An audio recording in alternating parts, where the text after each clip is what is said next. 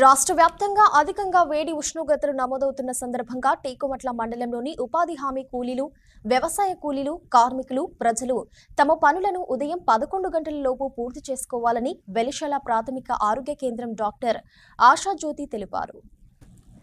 టేకుమట్ల మండలంలోని ఆదర్శ గ్రామ ఐక్య సంఘం సభ్యులకు వడదెబ్బ గురించి వైద్య సిబ్బంది అవగాహన కల్పించారు. ఎండ తీవ్రత ఉన్నప్పుడు తలకు గొడుగు, టోపీ తప్పనిసరిగా వాడాలని, వదులైన తెల్లని దుస్తువులు ధరించాలని డాక్టర్ ఆశాజ్యోతి తెలిపారు.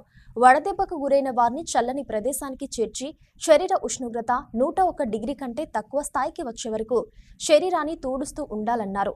వడదెబ్బకు గురైన వారి ఆరోగ్య పరిస్థితుల్లో ఆశించిన మార్పు లేనిచో దగ్గరలోని ప్రాథమిక ఆరోగ్య కేంద్రానికి తరలించాలని తెలిపారు. ఈ కార్యక్రమంలో వెలిశాల ఆదర్శ గ్రామ ఐక్య సంఘం సభ్యులు, వైద్య సిబ్బంది పాల్గొన్నారు. పిహెచ్సి వెలిశాల మెడికల్ ఆఫీసర్ని. ఎండ తీవ్రత, దానివల్ల వచ్చే పరిణామాలు, ఎండ తీవ్రతని తట్టుకోవడానికి అంటే లైక్ ఈ టైంలో మనం ఏమేమి ప్రికాషన్స్ తీసుకోవాలనేది మాట్లాడుతున్నాను. అయితే ఇప్పుడు మనకి చాలా ఎక్కువ ఎండ ఉంది అండి, 45 డిగ్రీస్ వరకు వెళ్తుంది టెంపరేచర్. సో ఈ టైంలో మనం ఏమేమి జాగ్రత్తలు తీసుకోవాలి అంటే మనకు ఆల్రెడీ తెలిసిందే, 12 నుంచి 4 గంటల వరకు ఫస్ట్ మనం ఎవరైనా బయటకు వెళ్లకుండా చూసుకోవాలి. ఎంత వీలైతే అంత నీళ్లు తీసుకుంటూ ఉంటే చాలా మంచిది. బయటకు వెళ్ళినప్పుడు మనము కోకోనట్ వాటర్ కానీ, లెమన్ వాటర్ కానీ ఇట్లాంటివి తీసుకోవడం మంచిది. అండ్ కూల్ డ్రింక్స్ లాంటివి ఏమీ తీసుకోకూడదు. బయటకు వెళ్ళినప్పుడు ఖచ్చితంగా మన తలని కవర్ చేసుకోవడము గుడ్డతోటి కానీ, అంబ్రెల్లాతో.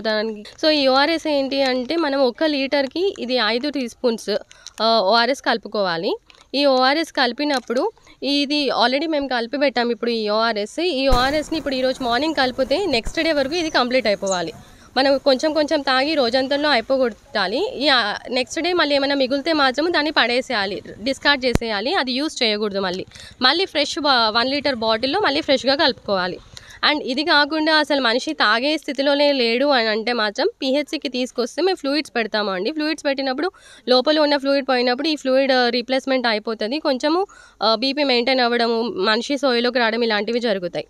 సో ఇలాంటి వడదెబ్బకి ఎఫెక్ట్ కాకుండా ఫస్ట్ మనం ప్రివెంట్ చేసుకోవాలి. ఎండకి తిరగకుండా చూసుకోండి. లేదు ఏమైనా ఎఫెక్ట్ అయితే మాత్రం పిహెచ్సి కానీ మా మెడికల్ స్టాఫ్ని కానీ కన్సల్ట్ అయితే మేము ఏం చేయాలో మేము చెప్తామండి.